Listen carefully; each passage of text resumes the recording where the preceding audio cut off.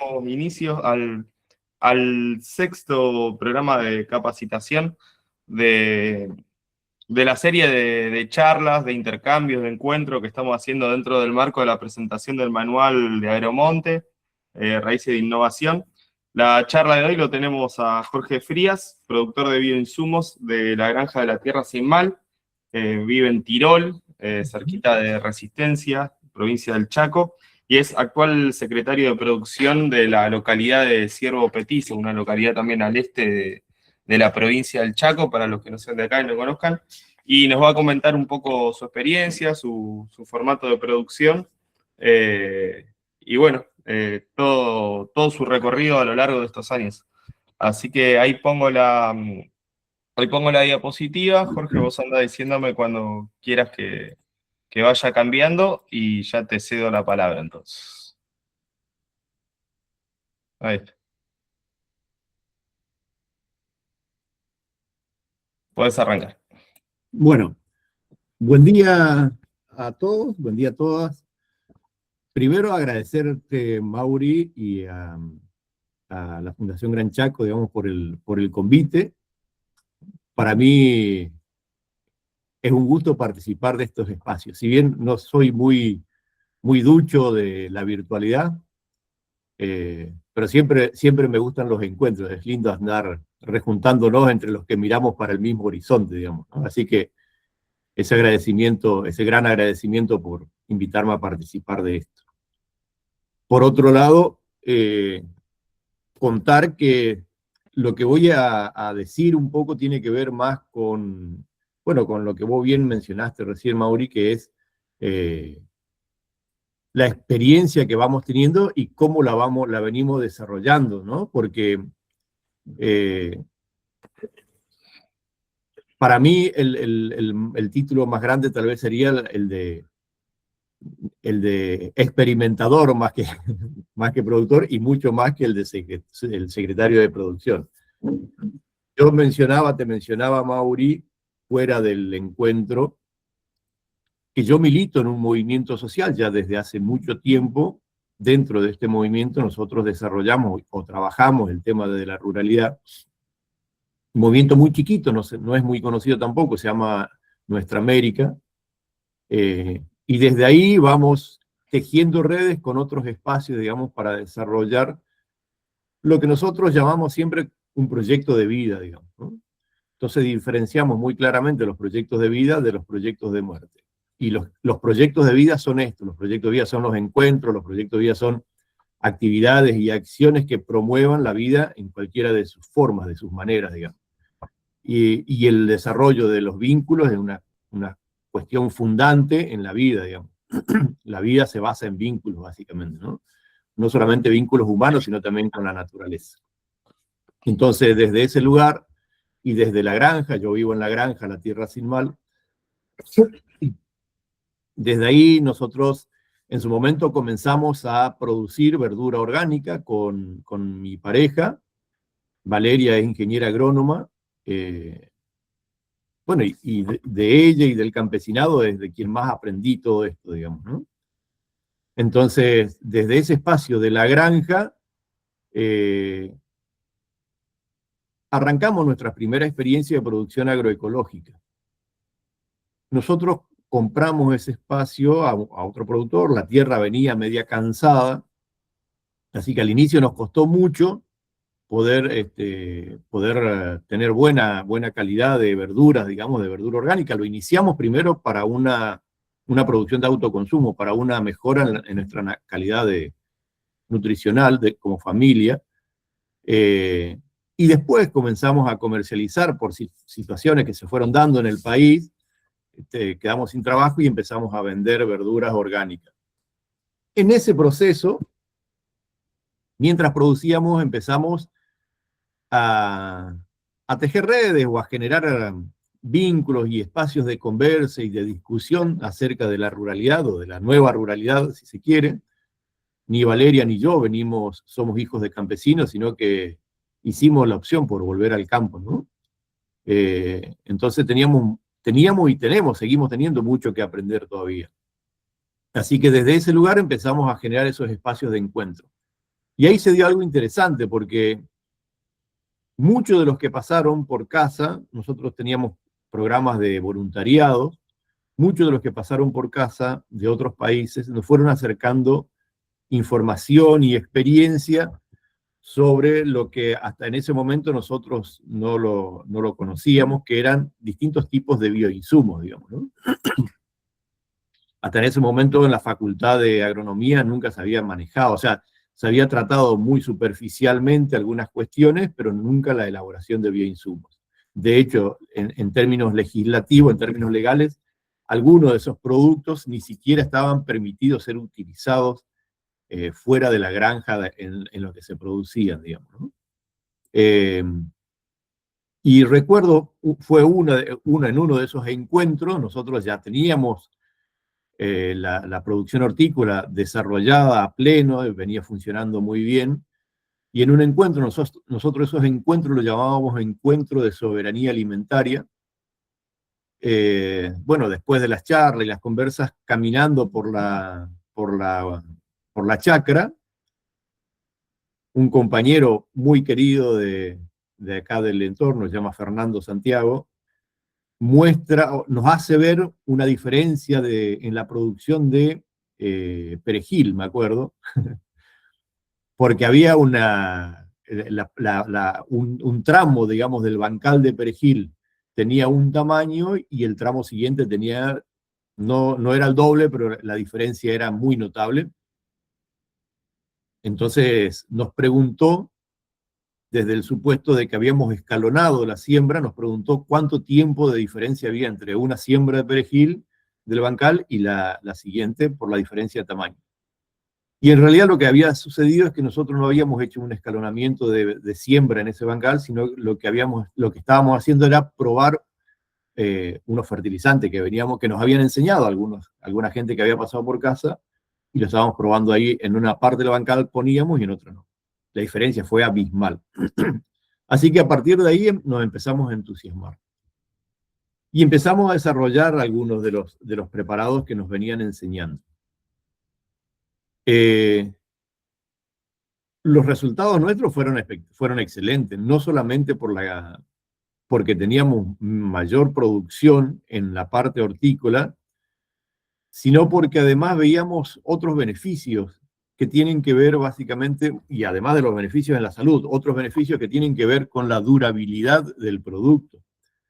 Entonces las verduras que cosechábamos y que estaban trabajadas, que estaban producidas con estos bioinsumos, lo que les sucedía una vez cosechadas es que no se echaban a perder tan rápido como otras.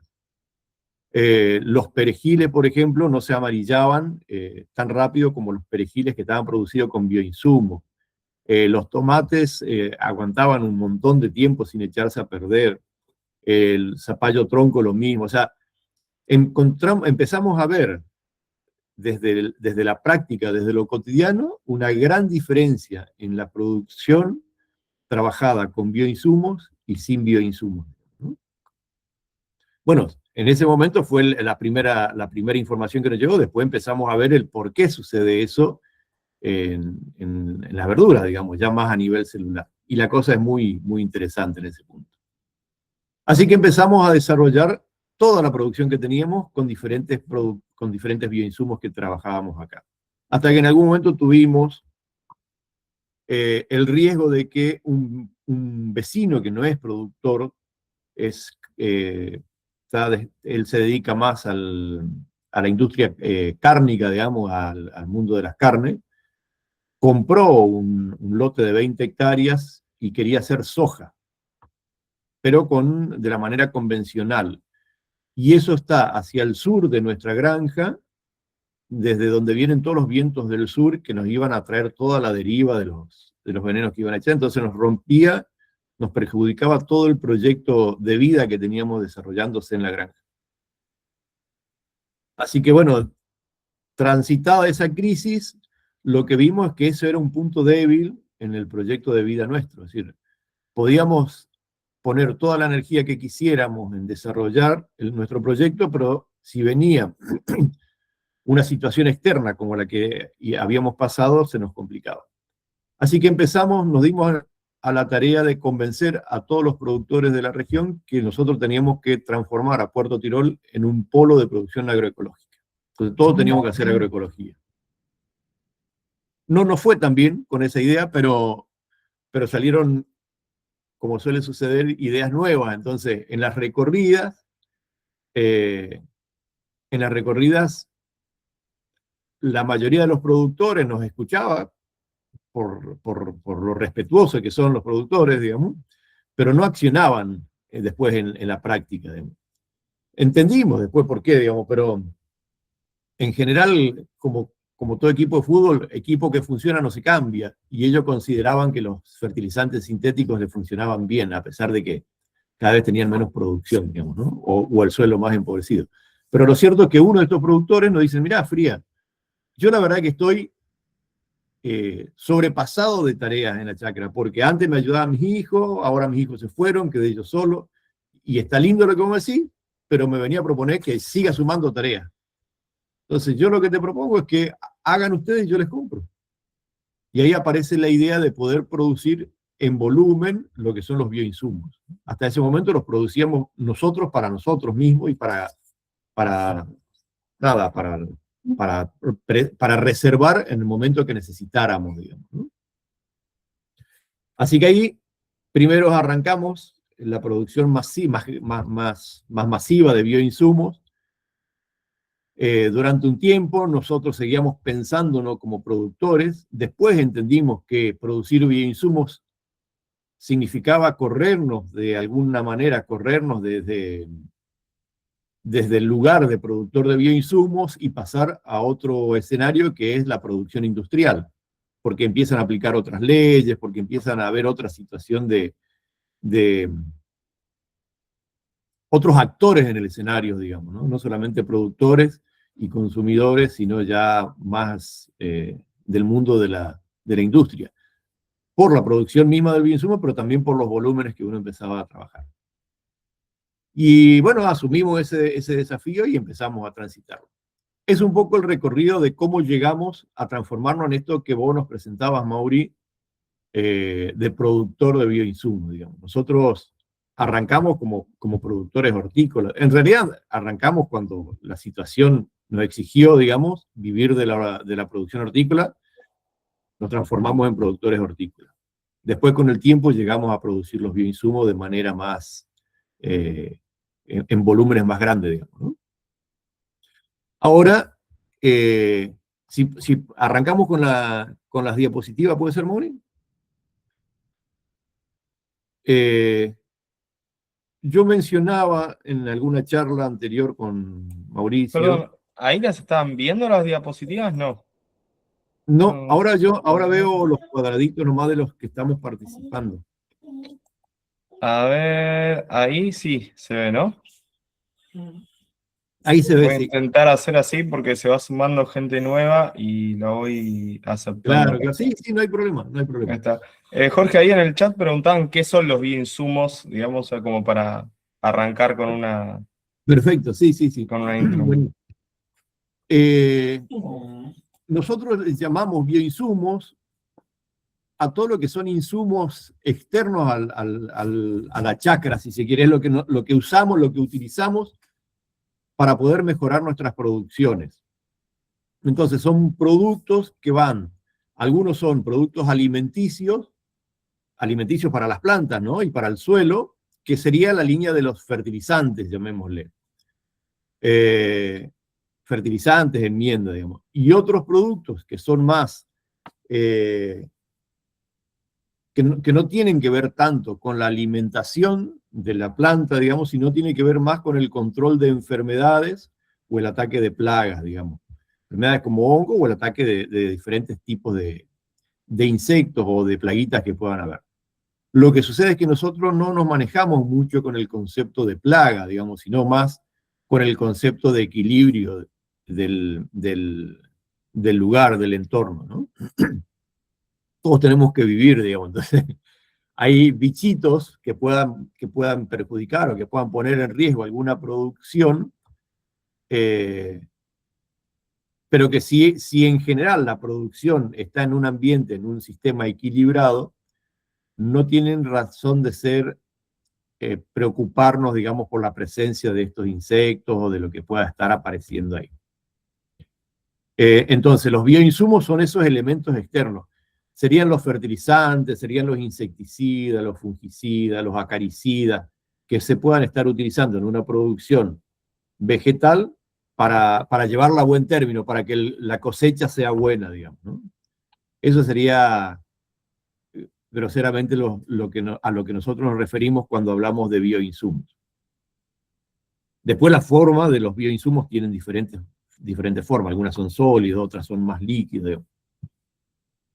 Pero también quería mencionar cuál es el concepto, la idea en la que nosotros nos basamos para pensar y desarrollar los productos estos. Bueno, siendo honesto, no es que nosotros los inventamos, ¿no? Lo que nosotros hacemos, o lo que venimos haciendo es sumarnos a estudios que vienen desarrollando gente mucha más capacitada, formada que nosotros, y el aporte que nosotros hacemos es como hacer algunas pruebas a campo, porque, bueno, no tenemos laboratorio, pero sobre todo no tenemos un montón de conocimientos y de información que, bueno, tienen esta otra gente. Nuestras referencias, bueno, son muchas, ¿no? Hay muchas en América Latina, pero también en Asia, en Europa, digamos.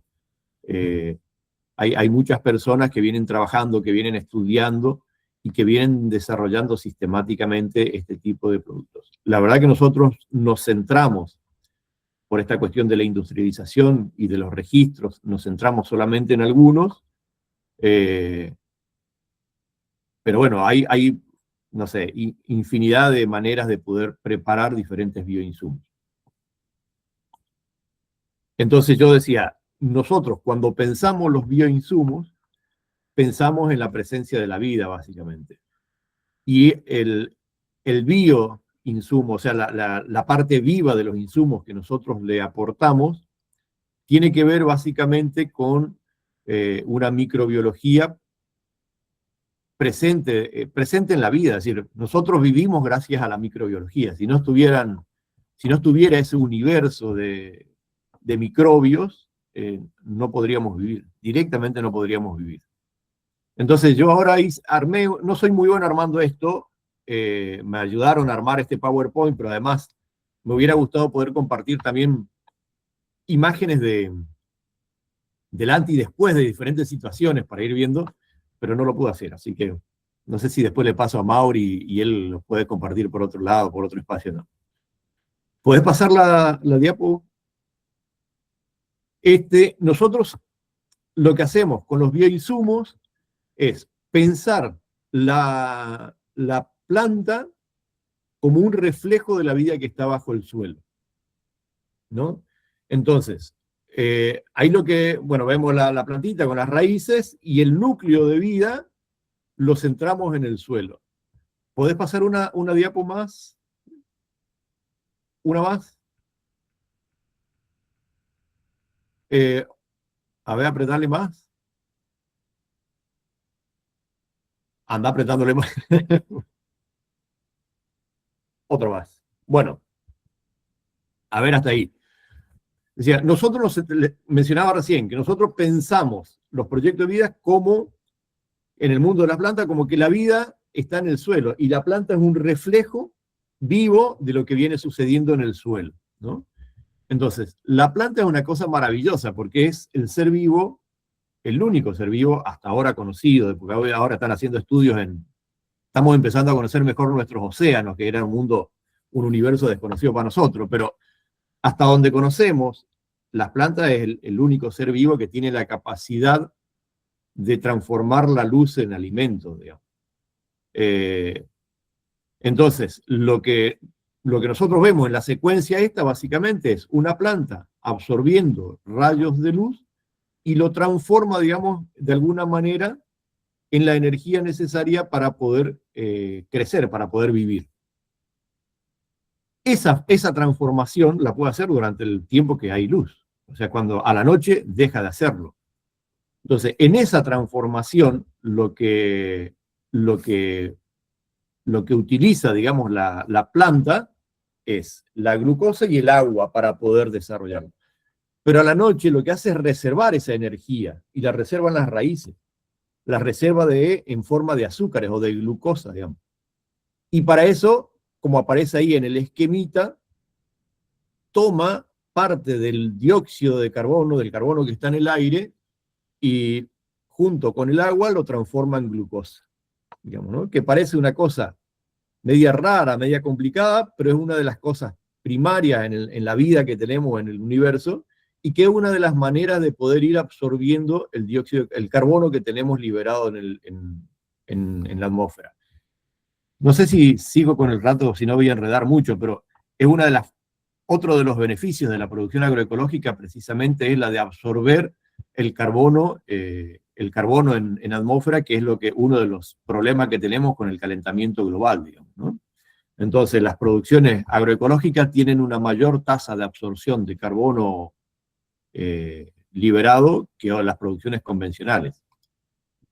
Cierro paréntesis, entonces continúo. La manera, decía, en que las plantas tienen de guardar la energía del sol es a través de transformar el agua y el carbono en azúcares, y las guardan en las raíces. Esa transformación las hacen con las mitocondrias, con una partecita de las células de la planta.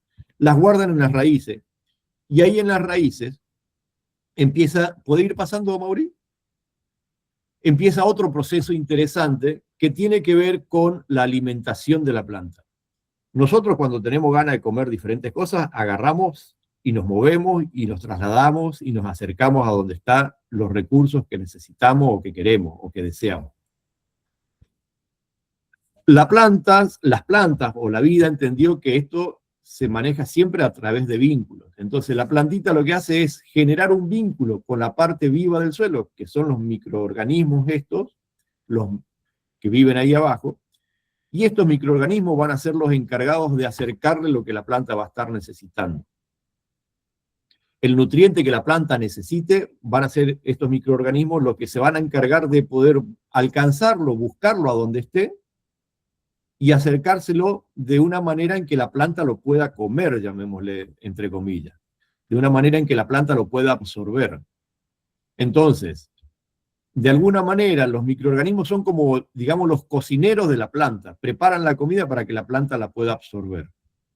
Para poner un ejemplo, para poner un ejemplo más entendible, si se quieren, en nosotros, en los humanos, cuando estamos embarazados y se necesita hierro en el cuerpo, la medicina no nos da que chupemos un clavo de hierro, porque no es la manera en que nuestro cuerpo pueda absorber el hierro.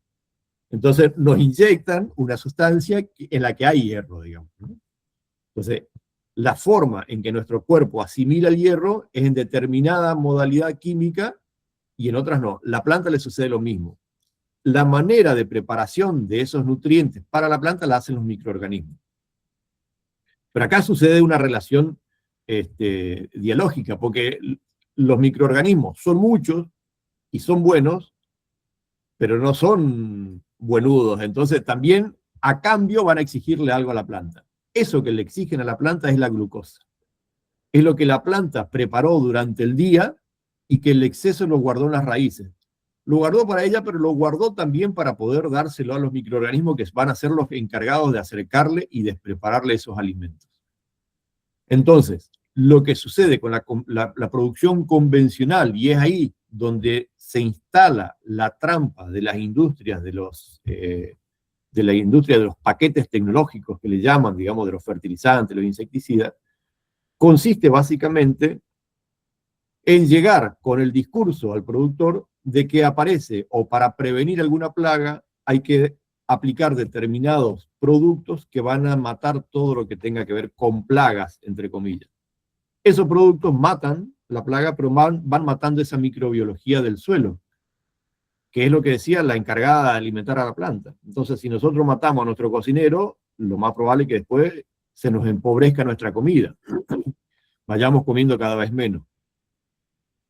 Y ahí es donde aparece el primer lazo de esta relación, digamos, de dependencia que tienen los productores con la tecnología convencional o la tecnología de los productos sintéticos, porque le van matando el suelo. Entonces, para que el productor pueda tener rinde en sus cultivos, después necesita fertilizantes. Y los fertilizantes que le dan, que le ofrecen, en general son fertilizantes sintéticos de alta disponibilidad. Eso significa que la planta no tiene que hacer ningún esfuerzo para poder absorber los nutrientes que necesita. Es más, no solamente no hacen ningún esfuerzo, sino que se le meten más nutrientes de los que necesitan y muchas veces eso desequilibra la salud de la planta. Y ahí es que nosotros fuimos entendiendo por qué las plantas producidas convencionalmente se pudren más rápido que las plantas producidas de manera agroecológica.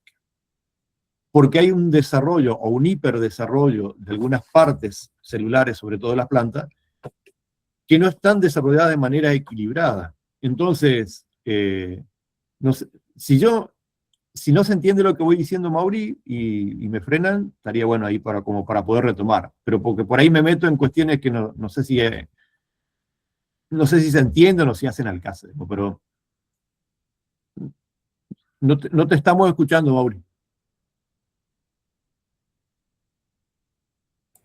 ¿Ahí me escuchan? Ahora sí.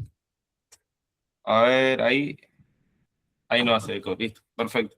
No, un poco para comentar, porque hubo algunas preguntas ahí en el chat, entonces vamos a hacer así como un repaso de esto, ¿no?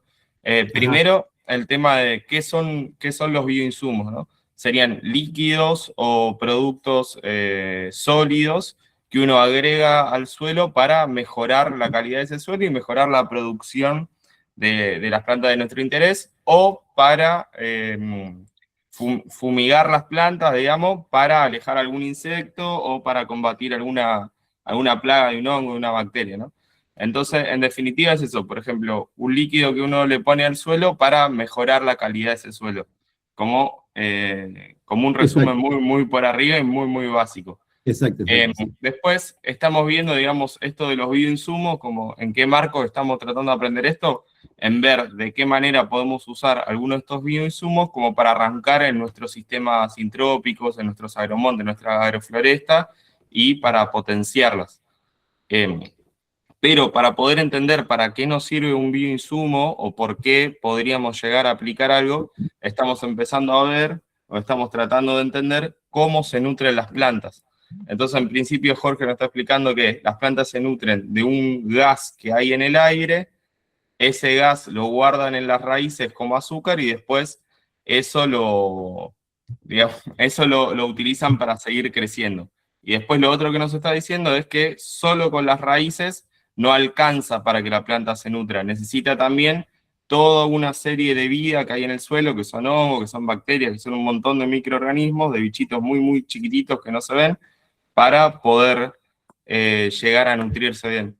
Y sería, a mí me gusta esto que estabas comentando hoy, ¿no? Que sería como la diferencia entre una persona que está acostada todo el día en una cama y se nutre con un suero, a la que está comiendo un alimento sano, un alimento del monte, un guiso todos los días, ¿no? Una cosa así sería la diferencia entre una planta de producción convencional y una orgánica. Así que bueno, totalmente, exactamente. Nosotros cuando charlamos, una aclaración nomás, Mauri, cuando yo hablé del dióxido de carbono, fue para explicar solo de la fotosíntesis, ¿no? De cómo la plantita prepara sus reservas de energía, digamos, cómo prepara el azúcar para guardarla, para tenerla cuando no hay luz. Pero también, a mí nunca deja de maravillarme esto, también ocupan otros gases, otros elementos que hay en el aire, como el nitrógeno, digamos, ¿no? Pero bueno, eso es otro cuento, otro relato. Nosotros, cuando charlábamos esto de la alimentación, el alimentarse, digamos, de manera equilibrada, y que mucho de esa alimentación equilibrada la tenemos a partir de la diversidad de alimentos que nosotros ingerimos, ¿no? Pero también de la calidad del alimento que nosotros ingerimos. Siempre ponemos de ejemplo una persona, o sea, una familia. Si yo a mis hijos los hubiera alimentado solamente con fideos y con pan, iban a crecer y probablemente hasta iban a estar gorditos, digamos, rellenos, pero se iban a enfermar muchísimo, porque es una alimentación muy desequilibrada, digamos. Y encima, si a ese pan y a esos fideos los preparo con harinas eh, eh, ultraprocesadas, digamos, ¿no? Entonces, bueno, la diversidad, la vida es diversidad, entonces necesitamos diversificar también la ingesta. A las plantas les pasa lo mismo. Mencionábamos recién que los fertilizantes sintéticos o convencionales de muy alta solubilidad, o sea, de muy alta disponibilidad de esos elementos para las plantas, en general se basan mucho en una parte de la alimentación de la planta que son los macronutrientes, son como los nutrientes, la mayor cantidad de nutrientes que necesita una planta. Y desatienden o dejan de tener en cuenta muchos de los micronutrientes, de los nutrientes que necesitan en muy poquitita cantidad, ínfima cantidad, pero que si no están presentes, desregulan o desequilibran la salud de ese organismo que está vivo, sea humano, sea animal o sea vegetal. Entonces, es necesaria una alimentación completamente equilibrada. Los fertilizantes sintéticos trabajan sobre los macronutrientes en mayor medida.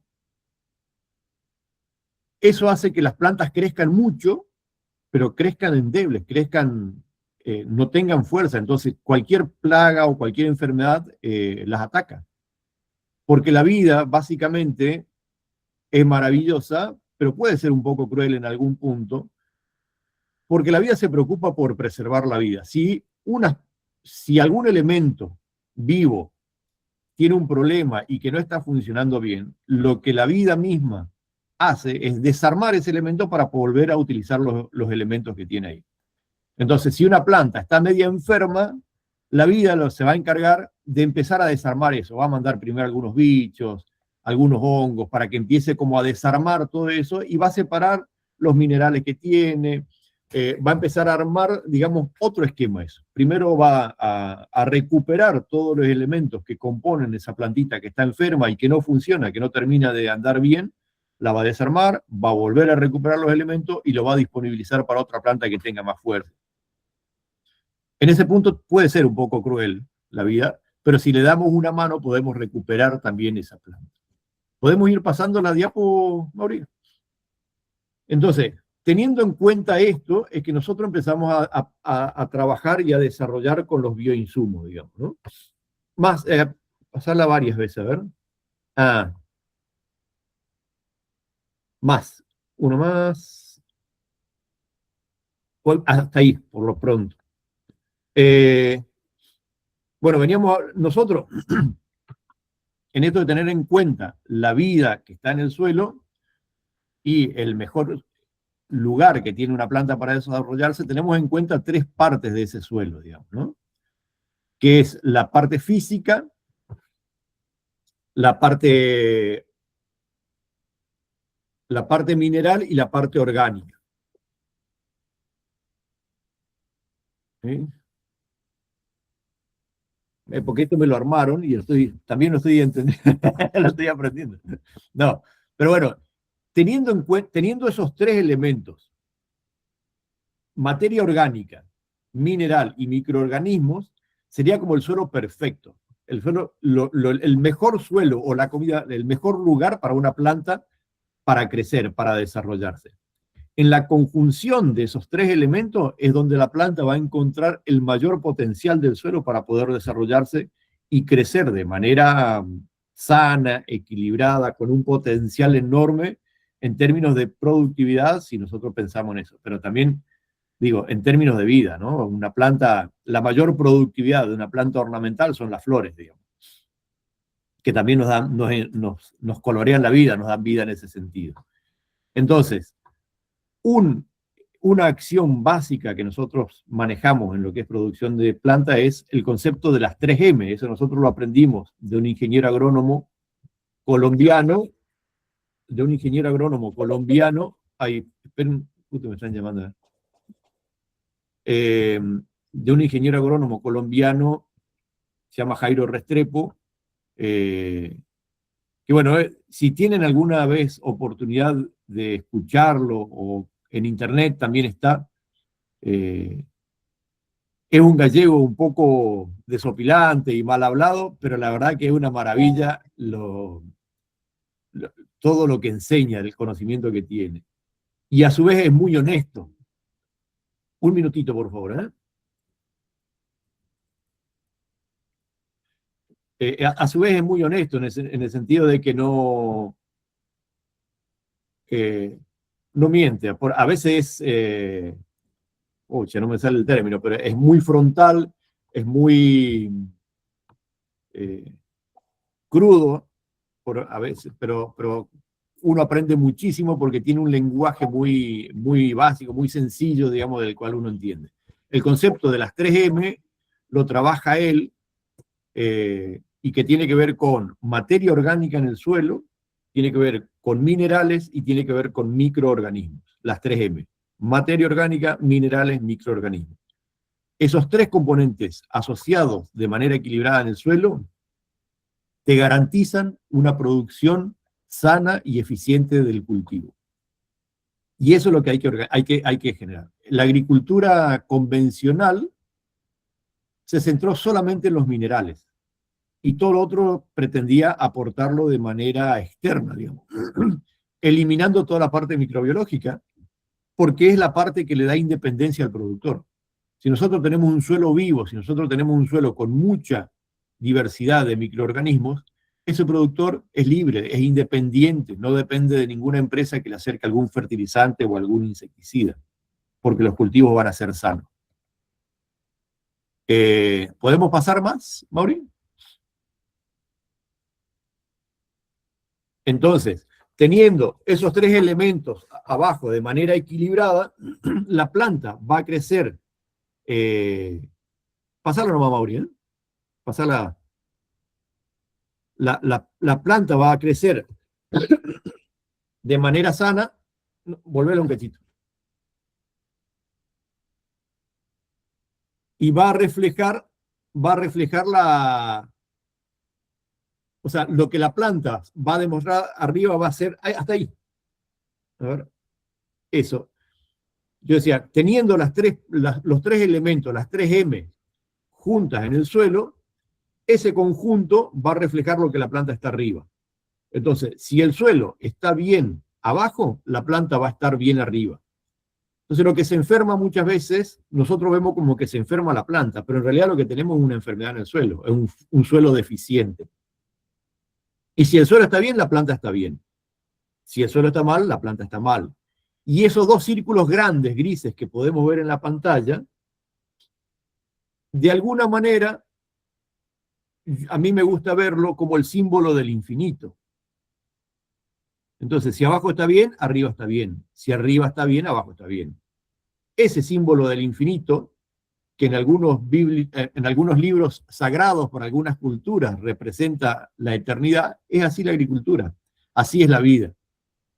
Entonces, en ese círculo de relaciones, digamos, es que nosotros, me parece, tenemos que basar o proyectar los proyectos de vida que vayamos a tener cada uno en su lugar, ¿no?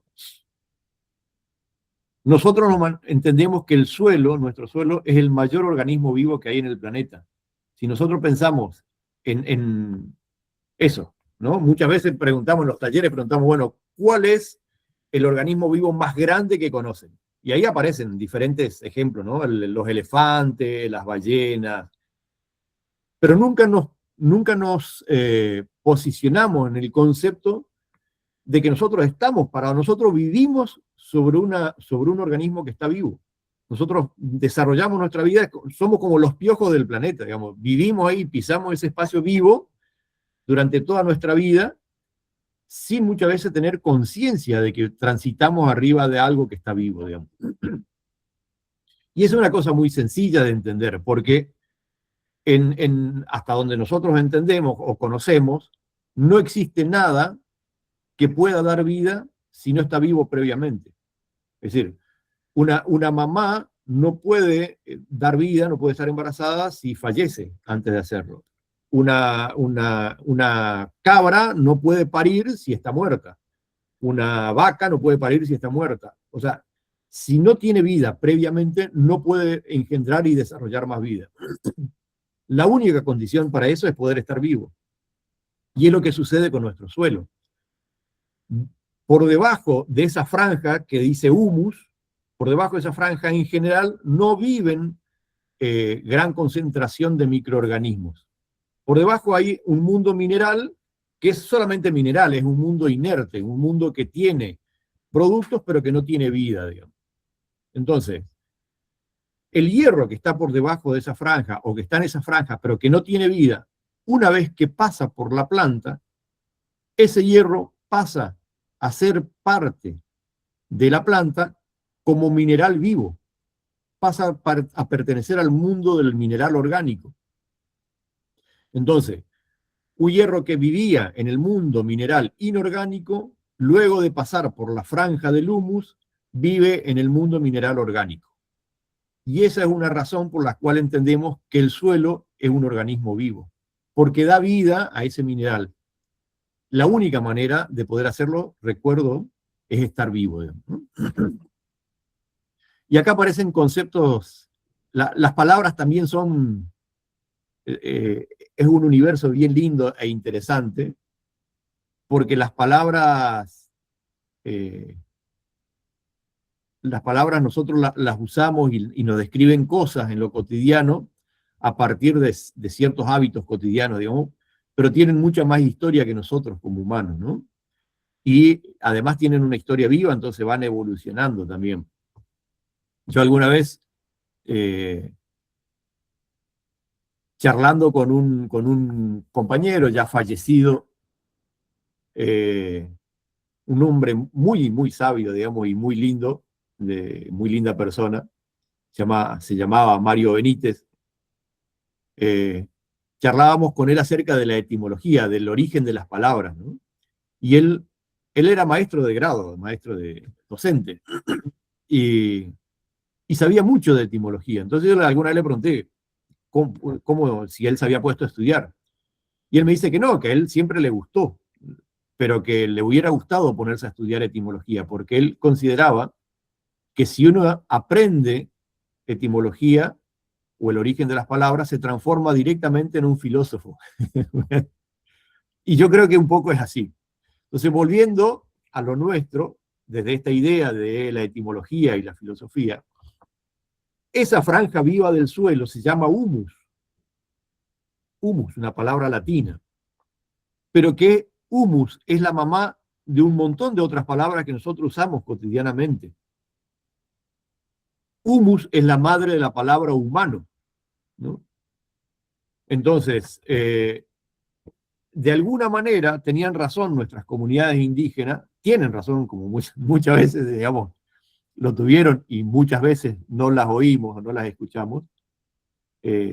Somos hijos del suelo, somos hijos de la tierra, ¿no? Y las comunidades andinas, sobre todo, hablan de la Pachamama, de la madre tierra. Entonces, el humano viene del humus, el origen de la palabra humano. Bueno, y hay otros orígenes también, ¿no? Otras palabras, digo, que tienen su origen en humus, como humildad, que es lo que le está faltando bastante muchas veces al humano, ¿eh? Pero bueno, somos hijos del suelo y desde ese lugar nosotros empezamos a desarrollar los bioinsumos. ¿Podemos pasarlo, Maurín? No sé si hasta ahí se entendió, digo, porque pasaríamos un poco a...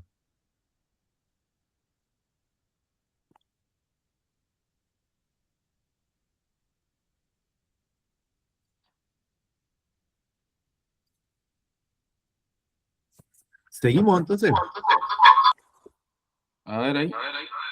Ah, estoy acoplando. Sí, se entendió.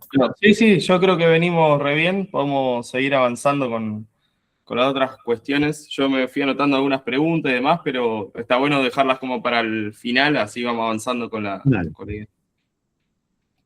Bueno, entonces, de alguna manera, esa es la idea que a nosotros nos guía, digamos, cuando pensamos en el desarrollo de los bioinsumos que estamos haciendo.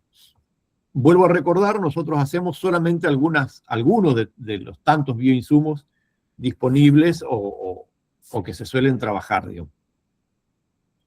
nosotros hacemos un insumo, digamos, que es un bokashi, que es un fertilizante sólido,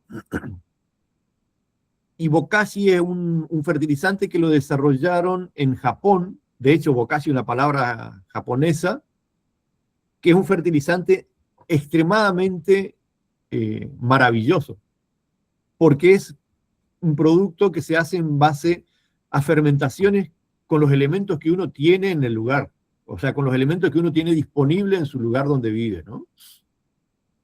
Los bokashi son como decir sopa, digamos, ¿no? O sea, uno puede hacer una sopa, uno puede hacer infinita cantidad de variedades de sopa. Con el bokashi lo mismo, uno puede fermentar lo que tenga disponible en cada lugar. Entonces, en general lo que sucede es que hay algunos ejes rectores que uno debiera tener en cuenta para la elaboración de los bokashi para garantizar que la cosa funcione. Uno de esos ejes rector es que el bokashi tenga la parte viva de la que hablábamos recién, la parte de la microbiología que hablábamos. Ese bokashi a nosotros nos resultó muy... tuvimos resultados muy positivos en experiencias de suelos pobres, de suelos muy empobrecidos, suelos arenosos, inertes, digamos. Trabajándolo con bokashi, el resultado fue impresionante, fue maravilloso, y en muy poco tiempo además. Que lamento de esta parte porque son las imágenes que no pude pasar, que no se las pude enviar, pero nosotros dentro del movimiento, yo mencionaba al inicio que participo en un movimiento social, algunos compañeros dentro del movimiento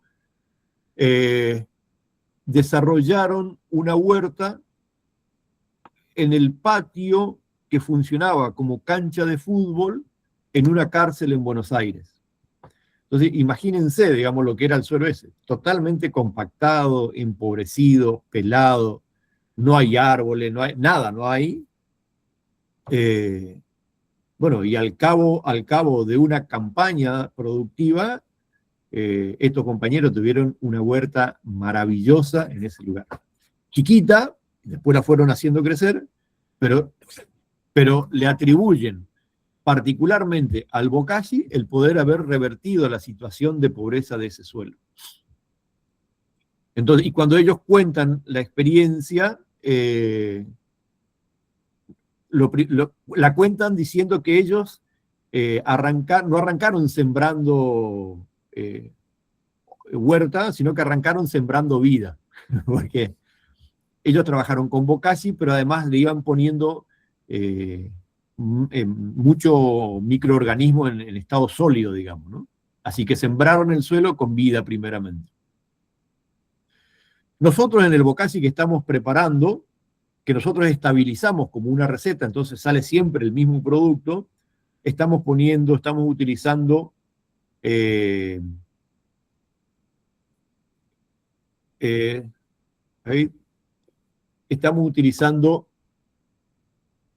bueno, tierra como sustrato, digamos, pero la tierra más pobre que tenemos acá en la zona, que es una zona, buscamos en una parte de la granja, nosotros tenemos tierra muy arenosa, utilizamos esa tierra, la más pobre que tenemos. Estamos usando también estiércol bovino. Nosotros tenemos un convenio con un frigorífico de acá, que eso también es una situación bien interesante. No deja nunca de sorprendernos la fuerza y la insistencia de preservarse que tiene la vida. Nosotros en su inicio buscábamos que todos los ingredientes sean lo mejor que encontráramos. Entonces, no le poníamos un pañal a la vaca, pero faltó poco para eso. Entonces, solamente producíamos con estiércol fresquísimo de primera hora de la mañana. Nos íbamos de madrugada a los corrales para levantar el estiércol recién liberado, porque es el momento donde mayor carga de microbiología tiene ese animal, ese estiércol, proveniente de todo el tracto digestivo del animal. Después nos fuimos relajando. Hoy tenemos un convenio con un frigorífico de acá de la zona. Nosotros somos de Puerto Tirol, cerca de Resistencia, como mencionaba Mauricio, y funciona muy bien el bokashi. Y después cuento bien por qué estamos teorizando de por qué sigue funcionando bien eso. Porque hace 2 semanas atrás culminamos un ensayo de bioinsumo en soja. Lo interesante de ese ensayo tiene 2 aspectos, que es la primera vez que lo hicimos de manera extensiva y la primera vez que rompimos todos los protocolos que nosotros mismos nos habíamos fijado, y anduvo bien. Entonces, volviendo al bokashi, decía, tiene estiércol, tiene tierra, tiene harina nosotros utilizamos mucho acá lo que es el afrecho de arroz, pero se puede utilizar cualquier otro producto. Nosotros el afrecho de arroz lo utilizamos por todos los aminoácidos el afrecho de arroz es como al arroz cuando lo cosechan, le raspan el grano, el arroz natural es más bien de color, no sé, crema, digamos, cremita. No es el arroz blanco que estamos acostumbrados a consumir cuando lo compramos, sino tiene otro color. Esa coloración en la industria se la raspa y le dejan solamente la parte blanca. Tristemente para nosotros dejan la parte más pobre nutricionalmente del arroz. Y al otro, que le llaman afrecho, lo tratan como un residuo de la industria. Sin embargo, es la parte más rica en términos nutricionales. Eso nosotros lo compramos, lo adquirimos, acá hay arroceras en la zona, y lo utilizamos en los bokashi, porque la verdad que tiene muchos micronutrientes y aminoácidos que nos vienen al pelo. Entonces usamos, vuelvo a repetir, estiércol, tierra, afrecho de arroz, cascarilla de arroz también utilizamos. La cascarilla de arroz tiene mucho silicio, y el silicio, hoy mencionaba que las verduras cosechadas de manera orgánica duran más tiempo sin echarse a perder que las otras. El silicio funciona a nivel celular dándole estructura a las paredes de la célula. Vendría a ser como el hierro en la construcción de casas, digamos, ¿no? O sea, una pared, si uno levanta una pared sin hierro, sin estructura de hierro, es una pared que puede estar parada, pero si uno la empuja, lo más probable es que se caiga. Si uno le pone hierro, esa pared tiene cierta flexibilidad, lo que lo hace de alguna manera más fuerte, porque se va a mover, pero no se va a romper. El silicio funciona de la misma manera a nivel de las paredes celulares. Eso hace que los hongos no se adhieran y los insectos chupadores y masticadores no sean lo que más les gusta, digamos, porque para ellos vendría a ser como una cosa dura, como para nosotros comer una carne dura en relación a una carne blandita de ternera, digamos. Entonces eligen lo más blandito. Le ponemos cascarilla de arroz, que tiene mucho silicio, decía. Bueno, agua, obviamente, el agua es vida. Y utilizamos carbonilla de arroz, el carbón chiquitito ese que no nos sirve, digamos, para nada más que para tirarlo. En lo que es el bokashi, funciona de una manera maravillosa porque la estructura que tiene el carbón son como de pequeños micros tubitos, digamos, adentro, que funcionan como una especie de esponja sólida, digamos, en el sentido de que cuando se está en el momento, por una cuestión, para no entrar tanto en detalle, digamos, pero por una cuestión eléctrica, digamos, de cargas eléctricas, cuando se está fermentando en el proceso de elaboración del bokashi, estos carbones o esos tubitos del carbón van como chupando, digamos, de alguna manera, van chupando microbiología, nutrientes, todo eso, y hasta que se llenan, por decirlo de alguna manera. Al momento de aplicarlo en el suelo, todo eso que absorbió la carbonilla lo va liberando de manera gradual y paulatina. ¿Qué significa esto? A diferencia de los fertilizantes sintéticos, sobre todo de los fertilizantes, nosotros ponemos como ejemplo la urea, digamos, que tiene tanta cantidad de nitrógeno. Cuando uno aplica urea para aplicar nitrógeno en los cultivos, la urea tiene 46% de nitrógeno, aplica el producto de eso, pero a las 24, 48 horas ya no queda nada. Porque de lo que aplicó, la mayor parte se volatilizó y la otra se percudió en el suelo, digamos. Lo cierto es que a las 48 horas con certeza la planta ya no tiene nada de ese nitrógeno. Lo que sí es cierto es que como de alta solubilidad, la planta ya chupó mucho. En el bokashi no hay tanta concentración de nitrógeno. Llegará como mucho a los 3-4% de nitrógeno. La diferencia es que ese porcentaje la planta lo tiene disponible todos los días, porque lo va liberando de manera paulatina y de manera lenta. No necesita más que eso la planta. De la otra manera es como atragantarla con nitrógeno durante un tiempo y después ya queda regordeta, digamos, de nitrógeno, pero deficiente de otros nutrientes. Entonces, con el bokashi nosotros lo utilizamos para trabajar mucho en lo que es suelos pobres, pero también en poder recuperar suelos cansados, suelos empobrecidos por el exceso de uso, digamos, ¿no?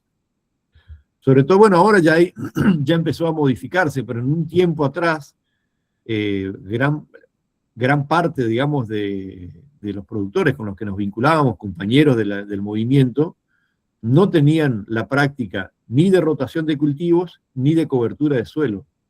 Entonces, claro, eran suelos que y un uso muy intensivo, porque son pequeños productores y menos que pequeños, digamos, tenían lotecitos muy chiquititos, trabajados de manera muy intensiva, entonces cada vez se empobrecían más esos suelos. Se recuperaron muy bien con el bokashi, que es un fertilizante sólido. Jorge, ahí te corto un segundito. Capaz, ¿podrías repetir qué ingredientes entonces le pones vos al bokashi? Y ya más o menos te voy avisando, ya estamos llegando a la hora, capaz que unos 5 o 10 minutos más quedan, como para ya dar lugar a las preguntas. Sí,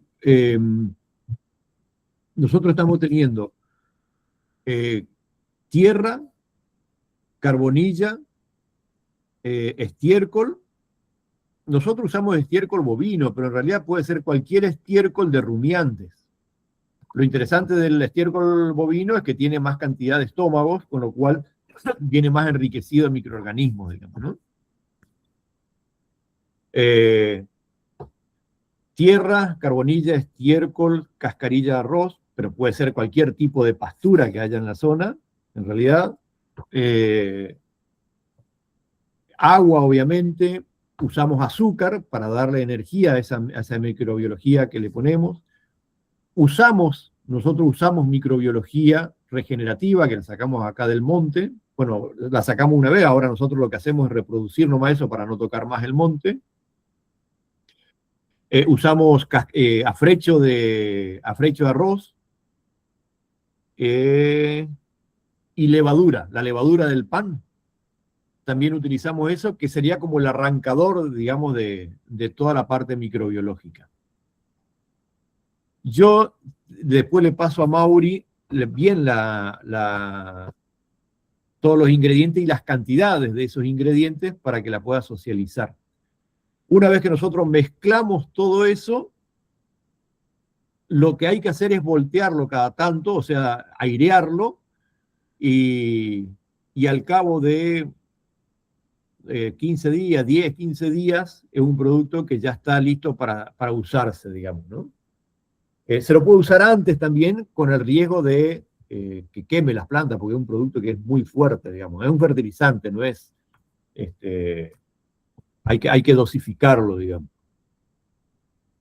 Eso llega a levantar mucha temperatura, llega a levantar a 70, 80 grados si es que no se lo voltea, y en esas temperaturas no nos sirve porque también termina siendo contraproducente, ya que empieza a matar la microbiología que nosotros pretendemos. Así que hay que mantenerla entre los 40 grados, 40, 45 grados, digamos, y eso lo logramos con el volteo diario. Todos los días hay que dar vuelta a la pila de bokashi, digamos, ¿no? En esas temperaturas lo que nos aseguramos es de matar parte de la microbiología patógena, la que no queremos, digamos, la que pueda perjudicar nuestros cultivos. Nos aseguramos de propagar la microbiología que sí queremos, pero no se nos tiene que exceder la temperatura porque si no empezamos a matar también la que nosotros queremos tener viva, digamos, ¿no? Otro producto que utilizamos mucho y que lo asociamos y que funciona muy bien con el bokashi es una solución madre de microorganismos. Nosotros, mencionaba recién, cosechamos microorganismos nativos del monte. Los microorganismos nativos, los del monte, son los que se encargan de que los montes funcionen como un escenario vivo, digamos, ¿no? Son los que se encargan de desarmar los troncos, las hojas, los animales muertos, todo eso lo desarman y disponibilizan todo eso como alimento para lo que viene, para las plantas que vienen después, digamos. Nosotros agarramos una cepa, un poquitito de esa microbiología y la reproducimos después de manera controlada en la biofábrica, ¿no? Y utilizamos esa microbiología, después la llevamos a un estado líquido y ese líquido es el que rociamos en las plantas y en los suelos. Esa solución madre de microorganismo es una maravilla. Nosotros la asociamos con el bokashi. Entonces lo que hace es potenciar la situación del bokashi. Y eso se lo aplica tanto en el suelo como en las plantas, en las hojas, digamos, es de una aplicación foliar. Mencioné recién que hace poquito terminamos un ensayo en soja, donde rompimos todos los protocolos, porque siempre procurábamos de que al momento de aplicar estos productos vivos, no se utilizaran otros productos que pudieran matar esa microbiología. Sin embargo, en este ensayo lo que hicimos es, lo aplicamos a los productos estos asociados con herbicidas y con otros productos, digamos, que pueden dañar, digamos, la vida que hay en los productos nuestros. Sin embargo, los resultados fueron espectaculares. La soja es un cultivo que se independiza del nitrógeno, tiene la capacidad de poder, como es una leguminosa, ¿no? Entonces tienen la capacidad de independizarse en el sentido de que crean asociación con otra microbiología, con el Rhizobium, y toman el nitrógeno que hay dando vuelta en el aire. Entonces se garantizan ellas el nitrógeno. Con lo cual es un cultivo que no tiene gran variabilidad o no tiene grandes respuestas a la aplicación de fertilizantes. Las mejores respuestas que se registraron es un aumento del 10% en la productividad, que podría ser no mucho, digamos, no es tanto. A diferencia de otros cultivos que se incrementa mucho más, digamos, ¿no? Nosotros en el ensayo en soja, con solamente la aplicación, con 3 aplicaciones de solución madre de microorganismos, hubo un 8% de aumento en la producción de soja. En el primer año de aplicación, o sea, era un campo que se venía manejando de manera convencional. Esta campaña fue la primera vez que se aplicó microbiología en ese suelo, en ese lote, y en ese lote hubo un 8% más de productividad en soja. Que vuelvo a repetir, la soja no se caracteriza por ser un cultivo con gran respuesta a los fertilizantes externos. Tanto es así que el productor quedó recontento y el martes pasado arrancamos otro ensayo, pero ya en trigo.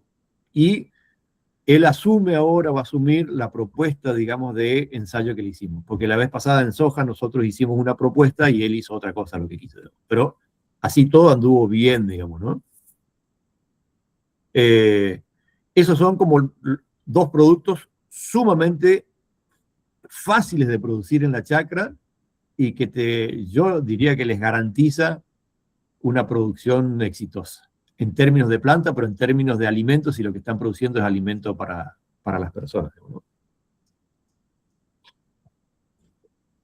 Por otro lado, con la solución madre de microorganismos, también lo que hacemos es, de acuerdo al estado de cada cultivo, a esa solución madre le aditivamos los elementos que le esté faltando, o al suelo, o a la planta, digamos. Entonces, la planta, como nosotros, de acuerdo al estado de crecimiento que tiene, al estado de desarrollo, a su edad, va a requerir distintos elementos, distintos nutrientes. En la solución madre de microorganismos le podemos ir incorporando esos nutrientes que va necesitando de acuerdo a su estado de evolución. No sé si se entiende, si me expliqué bien con eso, digamos. Sí, pero está entonces, bueno. Entonces, vos aconsejarías utilizar esos 2 bioinsumos principalmente como para el inicio, como para exactamente. arrancar, principalmente si uno está en suelos muy degradados, sin actividad biológica. Exactamente. Eso, para esa situación de suelos degradados, el bokashi es el fertilizante. puede ser un poco más trabajoso. Por ahí en superficies, en cultivos extensivos no es práctico aplicarlo porque, bueno, porque el volumen es mucho, porque es pesado, porque hay que distribuirlo.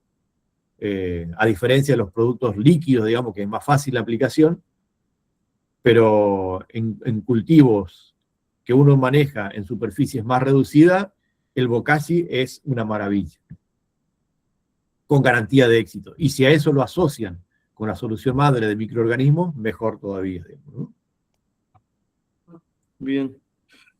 Bueno, Jorge, creo que ya tenemos que ir terminando y empezar a pasar un poco a las preguntas, ¿no? No sé si capaz que te quedó algún tema más que quieras nombrar, o si no, ya arrancamos con algunas cosas que anoté o del chat. Eh, no, bueno, viste que tal vez son temas de nunca acabar, por suerte, digamos. Pero, no, por ahí contarles que nosotros llegamos acá, no llegamos solos, o sea, llegamos siempre de la mano de otros compañeros, compañeras. Y cuando digo compañero y compañera, son ni siquiera muchas veces gente con la que tenemos un trato cotidiano, sino personas que la vida nos cruzó y que nos ayudaron nos ayudaron a aprender, nos ayudaron a entender situaciones. No sé, ¿sí? Entonces se hicieron muchos de los ensayos que nosotros hicimos, lo hicimos a título personal y mirando, digamos, resultados más bien empíricos, pero se hicieron otros ensayos más en laboratorio, con un esquema de ensayos más controlado, que lo hicieron profesionales del Instituto Agrotécnico Fuentes Godo, que depende de la Facultad de Agronomía, gente del INTA, la ingeniera Julieta Rojas, que además de la calidad de profesional, que son los profesionales que necesitamos como argentinos, digamos, necesitamos tener ese tipo de profesionales en nuestras instituciones. Ella trabaja en el INTA. La calidad de persona que es Julieta, digamos, ojalá todos pudieran conocerla, digamos, porque es una persona que sabe muchísimo, que desde siempre lo demostró, no solo en la facultad, sino en terreno, y que además no se guarda nada, digamos, comparte todo. Todas esas personas nos fuimos cruzando y nos fueron ayudando a aprender, nos fueron enseñando cosas, digamos, ¿no? Así que agradecerles también, aunque no están acá, pero agradecer a la vida que nos haya cruzado estas personas, digamos, ¿no? Y se hicieron ensayos en distintos tipos de cultivos. En cultivos hortícolas se hicieron, bueno, la mayoría de los cultivos hortícolas, pero se hizo también en tabaco, se hizo en maíz, en zapallos hicimos nosotros, se hizo en frutilla. La frutilla tuvo una respuesta impresionante, impresionante, solo con solución madre. Ni siquiera llegaron a ponerle bokashi. Bueno, ahora se está haciendo en soja, se hizo en soja y ahora se está haciendo en trigo, digamos. Pero bueno, eso básicamente. Bien, bien. Bueno, Jorge, bueno, principalmente muchísimas gracias, muy buena la explicación, también una charla de un nivel técnico muy alto, y capaz que también algunos temas que a veces es difícil sumarse desde la presentación de experiencias, como es lo que veníamos haciendo y veníamos intercambiando acá. Bueno, ahora yo tengo algunas consultas, algunas cosas que fui anotando, como también para empezar a bajar toda esta info a los climas semiáridos, que capaz que es un poco el eje central también de las charlas, y algunas cosas también que anoté como para ir charlando. Bueno, el tema del bokashi, hicimos algunas experiencias en Salta, acá en Chaco también, en zona semiárida, en la zona oeste.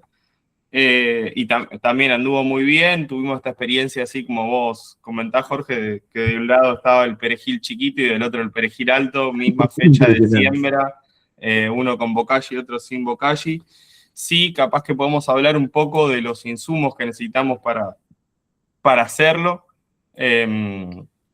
porque acá, bueno, cuesta bastante conseguir el tema de la cascarilla de arroz. Entonces, en ese caso, nosotros lo suplantamos por la tierra del duraznillo, digamos, por la parte de arriba del colchón de duraznillo que hay en el monte. que es como un insumo también bastante suelto y bastante aireado. Si bien creo que no tiene todos estos componentes minerales, o no sé si tiene, porque no creo que nadie haya analizado los componentes de la hoja de un asnillo, eh, por lo menos funcionó bastante bien. Después lo que es carbonilla, eso hay en el monte, tierra hay en cantidad, estiércol, bueno, está bueno porque también el Bokashi lo que te permite es ponerte también este objetivo de ir limpiando los corrales de las cabras, los corrales de las vacas, que eso también baja la carga parasitaria, la carga principalmente del pique y de algunas garrapatas que son las que más atacan en los corrales, por lo menos en nuestra zona. Y bueno, capaz que lo único que tendría un precio de acá, o lo único que uno tiene que comprar es la levadura, que bueno, no es estrictamente necesario si uno puede hacer este té de compost o té de tierra del monte, como contaba Jorge, este preparado de microorganismos inicial, ¿no? Capaz que también con eso uno lo puede iniciar. Y el azúcar, que sí, que está bastante bueno, capaz que se puede reemplazar por algunas frutas podridas que uno tiene, o ahora, por ejemplo, estuvimos avanzando bastante con el cultivo de caña de azúcar, ver si hay alguna posibilidad de hacer como un chipeado o una extracción de esa miel de caña y empezar a utilizar eso como bioinsumo. Algunos preguntaban por el tiempo, ¿no? Que, bueno, los primeros 3 días se da vuelta 3 veces por día, que eso es bastante trabajoso, y los últimos 20, 22 días se da vuelta una vez por día, ahí baja un poco la intensidad de trabajo, pero es una forma también de producir un sustrato con el que podemos hacer plantines y podemos iniciar un agromonte de manera bastante rápida, ¿no? A diferencia del compost, que capaz que tarda 3 meses o hasta 6 meses en la época más invernal. Bueno, no sé si querés hacer alguna acotación en cuanto a esto, Jorge. Sí, que nosotros estamos haciéndolo en menos tiempos al Bokashi. Eso varía un poco también en función de las regiones, ¿no? Donde hay más temperatura, donde hay menos temperatura.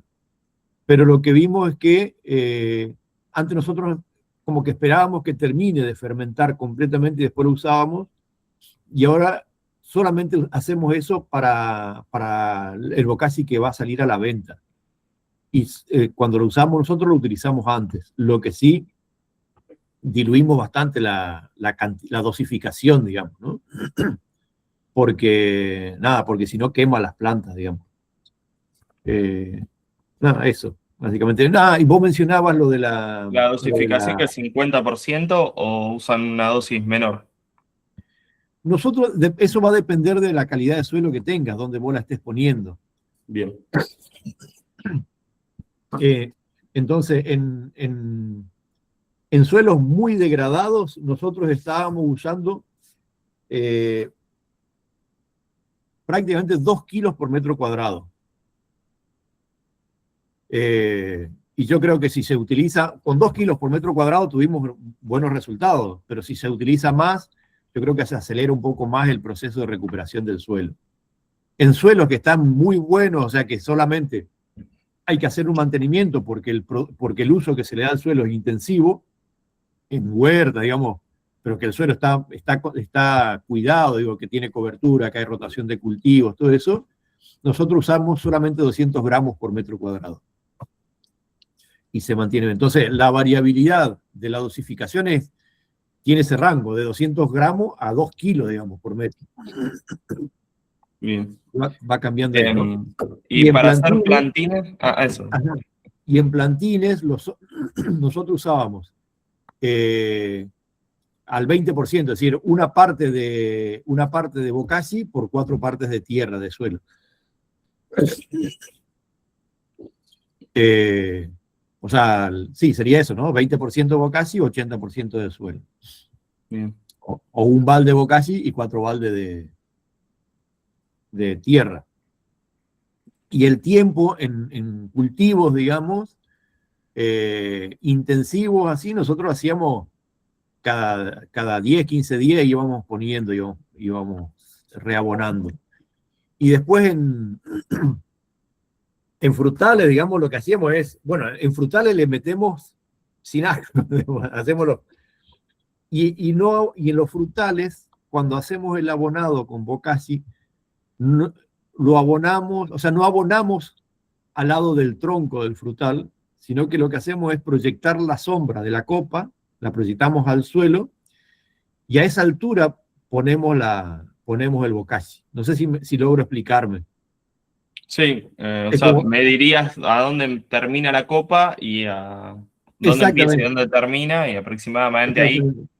Aproximadamente ahí ponemos el bokashi. Un dato que creo que no lo mencioné es que lo ideal que el bokashi no quede en superficie, sino que o se lo entierra superficialmente, o si lo pone en superficie, después lo tenés que tapar con Con materia paja. orgánica, digamos, pero que no le dé la luz directa, sería la idea, ¿no? Este, y en frutales, ya con plantas logradas, con plantas grandes, digamos, le estamos poniendo entre 5 y 10 kilos por planta, digamos. Hacemos agarramos como 4 puntos, tipo puntos cardinales, digamos, hacemos un pocito ahí, ponemos un poco ahí, o sea, entre 2,5 kilos en cada lugar y por planta. Y anda bien, la verdad que anda muy bien eso. Bien. Y a Bueno, eso lo otra. hacemos, disculpa, y a los frutales, yo mencionaba lo otro, que lo hacemos cada 10, 15 días, con los frutales lo hacemos, no sé, 2 veces al año, 3 veces al año. Bien. Bueno, no, otra cosa para destacar es esto, que un suelo sano también hace que las plantas no se estresen y que ahí no tengamos el acceso de bichos, de hongos que nos pueden llegar a afectar a las plantas. Entonces el bokashi también de alguna manera es como un insecticida, ¿no? Un repelente de insectos, digamos, ¿no? Porque cuando la planta está sana, está bien, no se enferma, no disminuye su producción. Y otra cosa también para destacar, la cuestión esta de la fertilidad física, ¿no? Que hablaba Jorge, o sea, de los nutrientes, de la parte química. Él nombró varios nutrientes que necesitan las plantas. Bueno, en nuestros suelos subtropicales, principalmente en los meses que hace mucho calor y si hay agua, hay un ciclo de esos nutrientes que es muy rápido, muy acelerado, y en general la mayoría de eso se da entre los 5 y 10 centímetros de la parte de arriba de esos suelos. Entonces, para que esa ciclicidad se mantenga y para que esos nutrientes estén disponibles fácilmente para la planta, es muy importante y hasta prácticamente más importante que la fertilidad física, que haya fertilidad microbiológica, que sería el bokashi, ¿no? Es un fertilizante microbiológico, porque uno lo que principalmente aporta ahí es bacterias, bacterias, hongos y otros cocineros, como dijo Jorge, que le hacen la comidita a la planta, digamos, ¿no? Entonces, en esto cabe destacar, pero muchísimo esto de trabajar mucho con microorganismos y con la cobertura del suelo para que ese ciclo de nutrientes dure principalmente durante esos meses, que es cuando más empiezan a desaparecer del suelo. Eh, bueno, hasta ahí voy a hacer mis preguntas. Si querés aportar algo más, Jorge, y si no, ya abrimos el micrófono y ya empezamos a ver las preguntas del chat.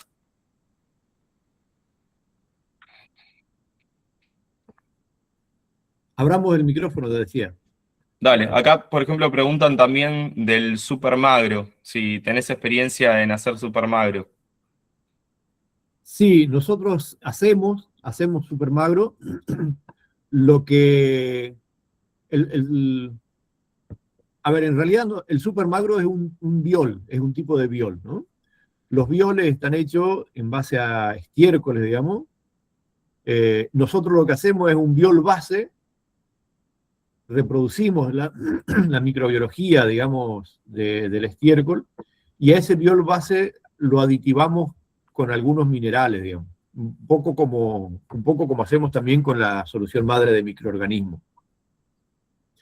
El super magro es otra maravilla, nada, que la desarrolló Magro, digamos, en Brasil, que anda muy, muy bien. Yo creo que producto de ser tan buen fertilizante, es que en Argentina se lo prohibió utilizarlo fuera de las granjas donde se producen, digamos, por legislación. Yo hoy entiendo que, hoy no, hoy ya dudo de cualquier tipo de legislación que pueda beneficiar. Pero en su momento se estaba discutiendo, se estaba conversando precisamente para que eso pueda utilizarse en la agricultura en general. Hasta hace unos años atrás, creo que todavía está vigente, si yo producía algún biol en mi granja, no podía llevar ese biol a la granja tuya, Mauricio. O sea, no lo podía sacar de acá adentro. El argumento era que esa era una medida para evitar contaminación cruzada de determinados patógenos, digamos. Y en vez de ponerse a estudiar o ver cómo resolver el control o la eliminación de los patógenos que pudieran contaminar otros lugares, lo que se hizo fue prohibir la circulación, ¿no? Entonces, el productor que no tuviera animales no podía hacer biol, con lo cual no podía hacer los fertilizantes. Volviendo a la pregunta del supermagro, nosotros no estamos desarrollando el supermagro como lo desarrolló Magro, digamos, con la receta de este productor, pero sí hacemos otros bioles aditivados con fosfito, por ejemplo, o con algunos otros minerales que le vamos poniendo de acuerdo a los requerimientos que nos planteen las personas. Eso lo hacemos para vender solamente, digamos, no lo estamos usando nosotros. Y bueno, incorporamos los minerales o los nutrientes que necesiten, digamos. Pero como lleva más tiempo de elaboración, nos centramos bastante en lo que es la solución madre de microorganismos, porque es más rápido nada más. Pero es muy, muy buen fertilizante el supermagro. No sé si eso era, no sé bien. Sí. Ahí preguntaban si tenías experiencia. Bueno, también el Bokashi, nosotros al principio lo mezclamos 3 veces por día, los primeros 3 días, y después una vez por día. No sé si ustedes hacían lo mismo, que es otra de las consultas que hay acá. Nosotros acá lo hacemos. Cuando lo arrancamos, en realidad vamos midiendo la temperatura y en función de eso es el volteo que hacemos. Tuvimos la situación de tener que voltear los 3 primeros días hasta que más o menos la etapa termofílica, digamos, se estabilizó.